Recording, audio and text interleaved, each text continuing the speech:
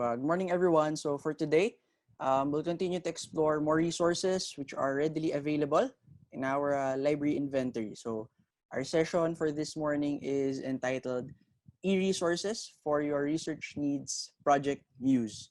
So in addition, we have once more as our panelist, Ms. Rizalyn Vihanyo, Head of the Information Services and Instruction Section, to answer some of our questions and as well as to clarify some issues along the way.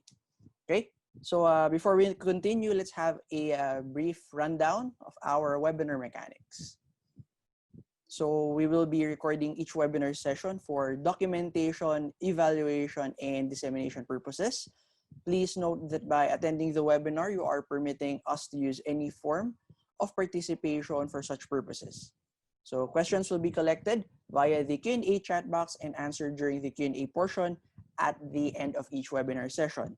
And the Q&A box is located at the bottom of your Zoom window. The feedback evaluation form will also automatically appear on your web browsers once this session ends. Digital certificates will only be given to participants who have successfully registered, participated, and answered the said feedback evaluation form. Please note that due to the large volume of participants, there will be a considerable delay in the dissemination of digital certificates. So the premium collection is MUSE's foremost collection of high-quality, peer-reviewed interdisciplinary journals designed for institutions acquiring comprehensively in the humanities and social sciences. So this session will help the participant become familiar with the functions and features of ProjectMuse. So our speaker for this morning is a graduate of Bachelor in Arts and Letters, major in Communication Arts. He has been working as a sales manager for LibTech for 8 years now. He handles and monitors science, technology, and mathematics, publishers, sales in the Philippines. So let's all welcome Mr. James M. Sardalla.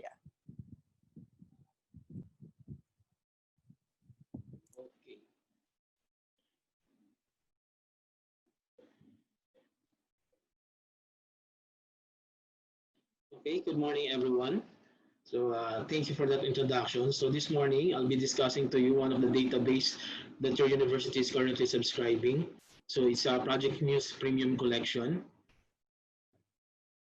So the agenda for my slides or my presentation today is how to do a search on ProjectMuse using the basic search, the browsing search, the advanced search, and creating my Muse account so you can maximize the usage of your subscription. So earlier, nabanggit na po yung introduction natin with ProjectMuse. So ProjectMuse is one of the biggest collection. It's the biggest collection under the Muse collection. So it is highly quality journals, peer-reviewed journals that are designed to satisfy the needs of your institution for humanities and social sciences subject area. So the contents are coming from more than 200 world most distinguished university presses and societies. And as I mentioned, your current subscription is ProjectMuse Premium Journals Collection. So it doesn't mean na journal lang yung inyong access. So meron kayong mga open access ebooks. So upon checking right now, you have more than 3,300 access to open access ebooks. So if you want to see the list of the publishers that are contributing to this collection, you can see it on the link here below. Okay, now let's proceed on how to access ProjectMuse Premium Collections. I know naman na promote na to ng mga librarians ninyo, but I'll just show you on how to access it through your library. So first, actually you need to go to visit the university library website. So it's a mainlive.upd.edu.ph. Then after that, you will go to the landing page. Then you will choose the method of access. So there's two types of methods of access right now. So that one is via IP address authentication. So it means now you can only access the subscription within the university premises. So given the current situation right now, so yun nga, mostly lahat tayo is remote access. So that's the reason why papasok ngayon yung proxy server access. So right now, UP is using Easy Proxy. So after you choose the method of your access, so now you can select the database from the table of contents according to your research need. So you need to click ProjectMuse. So, sir, how namin malalaman kung na-access na namin yung Project Muse? So once you see the university name or the logo of your university at the upper left corner of the landing page of the subscribe database, that's the time that you can already that's the time that you have access to Project Muse Premium Collection. So this is how the Project Muse homepage looks like. So you can see institutional login. So this one, I just do a screenshot of the landing page of Project Muse. So you can see the name of your university. So it's University of the Philippines. Then you can have the login. So this one is from my Muse account. So you have you can personalize your research. Then we have the browsing search, we have the basic search, and then we have the advanced search. So now let's discuss how the browse searching looks like. So this is how browse searching looks like. You can browse by ebooks, by journals, by publishers. And then now for the advanced search, as you can see, we have you can identify the search terms that you can use by according to the type of data, by content, title, author, or publisher. Then actually you can link your searches, search terms by using n, none, or. Then at the bottom part, you can see the access part. So you can pick all content or only content I have access. So since journals lang ang meron kayo na sinasubscribe, pero since meron kayong mga open ebooks, open access ebooks, I think I recommend you need to click the access only content para hindi nyo na makuha yung mga hindi pa open. Then you can actually sort it or narrow down your research by content type, publishers, series, journal, author name, language, research area, and publication year. And you can actually sort it by relevance, old publication, the newest publication. So that's how the advanced search looks like. Then now let's go to the basic search. This is the common search na ginagamit natin pag nag-google tayo, Wikipedia. So meron din yung ating mga databases. So sa basic search, you need to type your search terms. So once you type the search terms, you can see halos sa result page is same lang with the advanced search. But this time, meron na siyang result display. Like this one, the result display is for the term I use, I search term is Chinese immigration, or Chinese migration. So there's a 25,000, more than 25,000 results. Then, yes, I mentioned search result display. And then you can see the filter tab at the left part of your screen. So you can use this one. Then you can actually narrow down your search terms or research result by publisher, series, by journals, author name, and language and research area and publication year. So this is how the article or the document display once you're choosing as a result display. So you can see there's a search tab. So you can do searching within the journal. Then you can also share this to other social media outlet. Then you can actually have options to send this article or the link of this article to your colleagues or classmates using their emails. And if you want to see additional info about the article, you can see it here, the view citation and additional information. So right now, I'll be showing you how the MyMuse account will benefit each students or each users. So later I will show you a live demo, but right now I'll just show you screenshots. So this is how the ProjectMuse ProjectMuse MyMuse account. So what will be the benefit? So you can save all the journal articles, issues, titles, book chapters, books, and your searches in Muse. So you can search within the saved items in your Muse library. Then you can view the searches performed during login and the content viewed while logged in. Then you can create citations for the item saved. You can do alerts for your favorite journals, publisher, or if you want some alerts for the new updates for some contents in journals or in the Muse collection, then you can actually customize your library. So this is how your end user or your students or faculties will benefit on this one. So I recommend to have this one para mas ma-personalize ninyo yung searching nyo. So how to create an account? So you can see the link below. So it's muse.jhu.edu/account, or you can see the sign-in account at the upper right of the landing page. Then you can create your account. So now I'll just show you how. I'll show you yung kanyang account.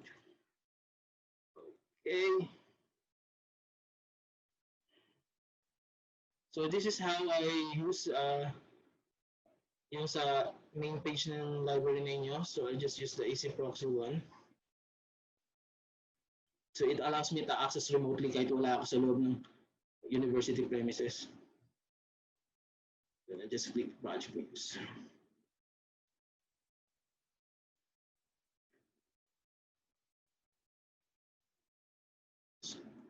So this is the landing page. As you can see, access is provided by University of the Philippines. That means that I'm already accessing now. Tama yung pag-access ko sa ProjectMuse collection natin.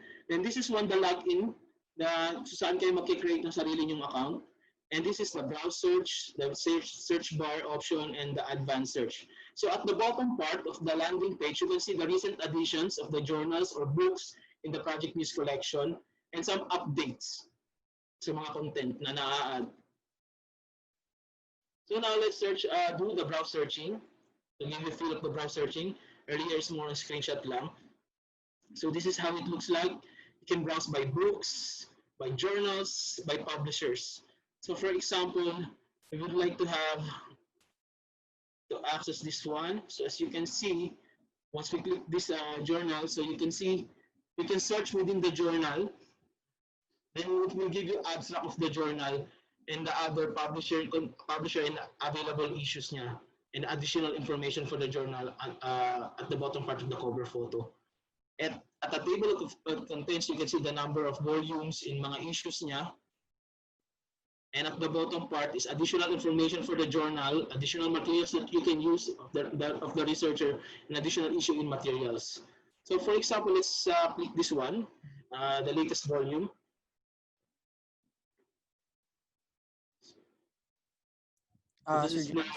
Yes. Excuse me po. Maaari po ba nating lakihan yung screen natin ng konti? Para po mas malinaw. Ayan. Salamat Okay. po. Thank you, sir. So, get back sa ating discussion. So this one is a sample of the journal. So you can see we click the volume. So make another table of contents then. Then we have the option to view the HTML format and download the PDF or save it. So this one, the save option, will go to your MUSE library if you create your own account. So let's view. Yeah, for example, this one.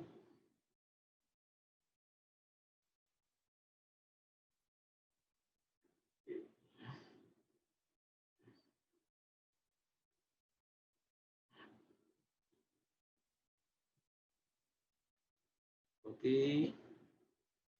So once we view, this is the HTML format. So you can search within the journal. You can put some search terms there, then share using the social media, and then send it via email to your colleagues, then view and download and save. So this is how it looks like, the HTML format. Now let's go to the advanced search. So once you click this one, so there's no result display because you need to type the data that you want to have for your search terms. For example, title, content.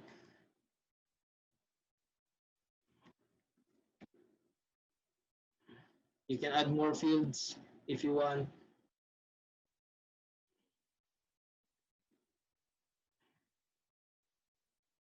Then only content that I have access. Search. So after you do that, ito na po yung results page niya. So we have 61 results for this search terms. So again, kagaya lang din kanina when we do the browsing search, you can see you can view the format by HTML, then the PDF you can save it. So this is how it looks like, yung kanyang document display or article display. Same earlier, you can share, search within the journal, you can recommend it, send it to your colleagues. And now, let's do the basic searching.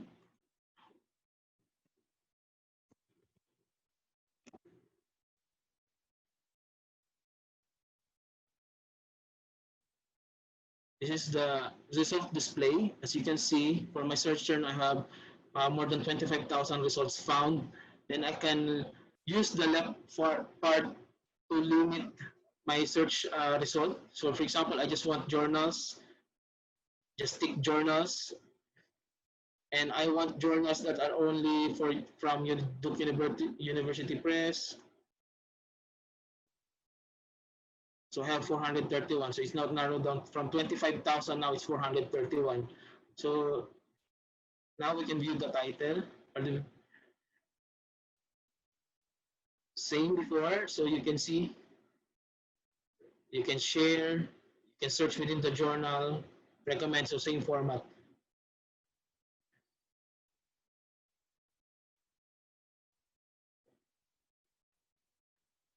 You can download. So this is how it looks like, the PDF format. Then you can save.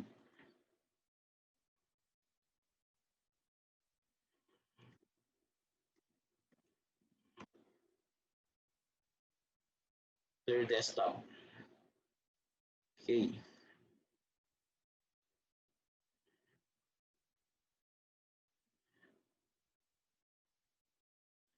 So right now, punta po tayo sa landing page ng ProjectMuse. So I'll show you how to create your MyMuse account. So you need to, in order to create a MyMuse account, you need to click this, the login, the upper right corner of your landing page.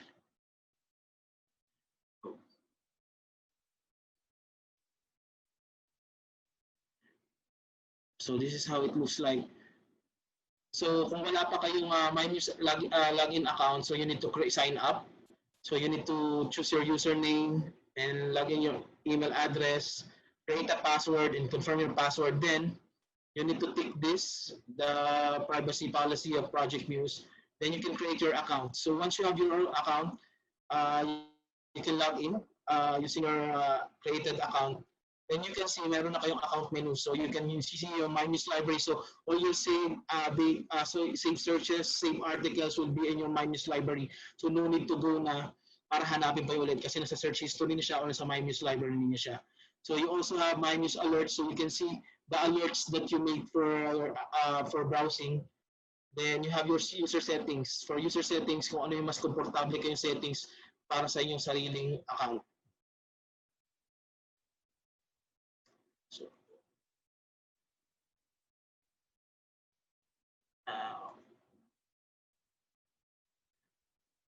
so, so ano yung share ko sa inyo pagdating sa ProjectMuse? Napakasimple lang niya.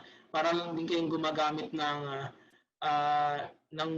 sa nag-Google search din kayo, pero pinagkaiba lang mas targeted at mas specific yung magiging result ninyo dahil may control kayo. You have the power on what will be the result display of your search terms. So, questions? So I think we have some questions here. May ProjectMuse po ba ang UP Manila? So, ang ating license agreement with ProjectMuse na napirma pa since 2006, si Sir Rodolfo Tailipan nakapirma doon, is actually one campus lang po siya. Pero upon checking sa website ni UP, nakalagay is UP System Access. So, pero hindi po talaga siya UP System Access, is dapat lang po talaga siya is one site lang, UP Diliman lang po talaga. Another question. So do we have any other questions? But thank you, Sir James, for giving a quick rundown, a brief presentation regarding ProjectMuse. So if you have any other questions, you may put them in our Q&A chat box.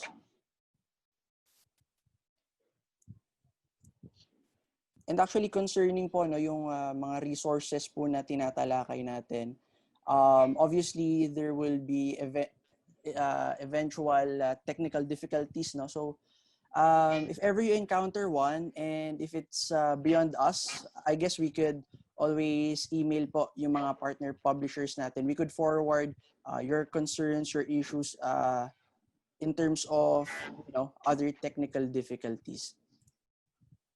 Okay, so I guess we have another question. So what is the edge of ProjectMuse over other humanities databases that may also have these journals? Actually, yes.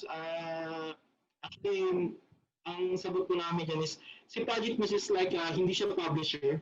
So isa po siya parang aggregator din, para rin po siyang si EBSCO, para rin si ProQuest. The ProjectMuse have a contract with other publishers to para i-publish or para i-display yung kanilang mga content sa platform nila. So one thing that is I think a problem with the aggregator is magugulat po tayo kasi minsan nawawala na yung mga ibang titles ni ProjectMuse. Pero right now, si ProjectMuse talaga, ang focus lang talaga, kinukulik niya talaga sa sa art and humanities lang talaga siya. So yung mga sa different publishers ay yung kinukuha niya. So yun yung pinaka-focus niya, wala na siyang ibang kinukuha. Then next question, are there any open access sources in ProjectMuse? Yes po, meron po tayo mga open access sa ProjectMuse, especially yung mga e-books. Nabanggit po kanina, more than 3,300 e-books po.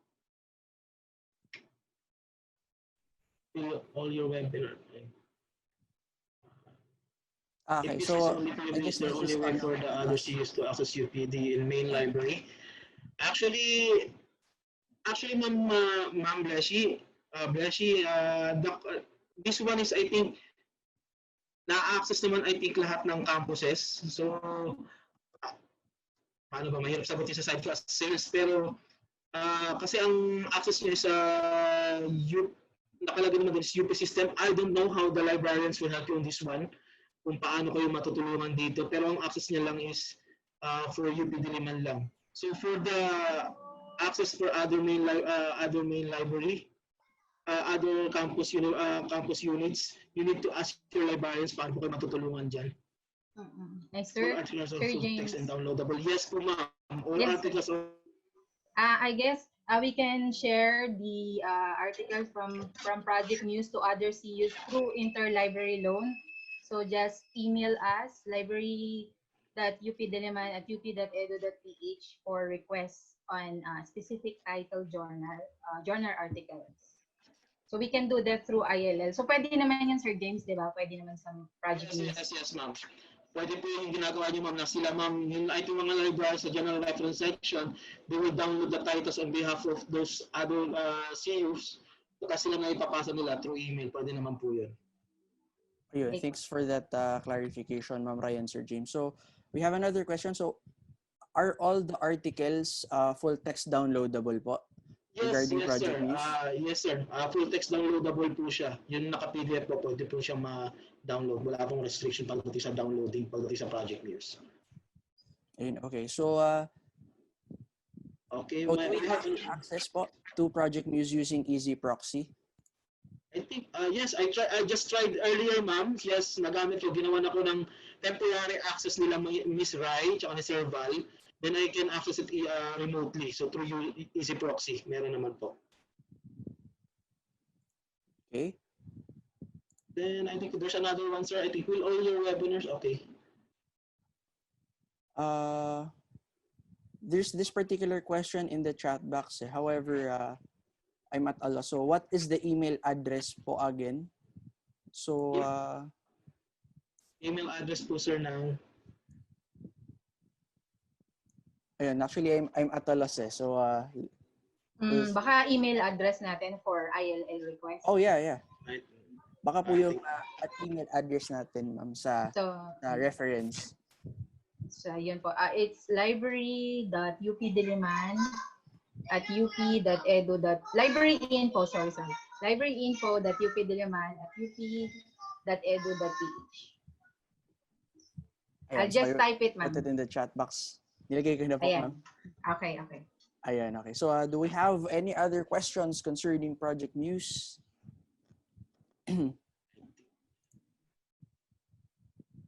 Okay. Okay, so if there are none, I guess we can now post the feedback evaluation form at our chat box. So once more, Sir James, maraming salamat po for showcasing features of ProjectMuse, and hopefully our most esteemed faculty will be able to use them in this upcoming semester. So, yes, thank you. I guess that ends our morning session. Meron pa po tayong session this afternoon. So hopefully, makakadalo po tayo. We still have more electronic resources that we need to tackle, explore, and familiarize ourselves with.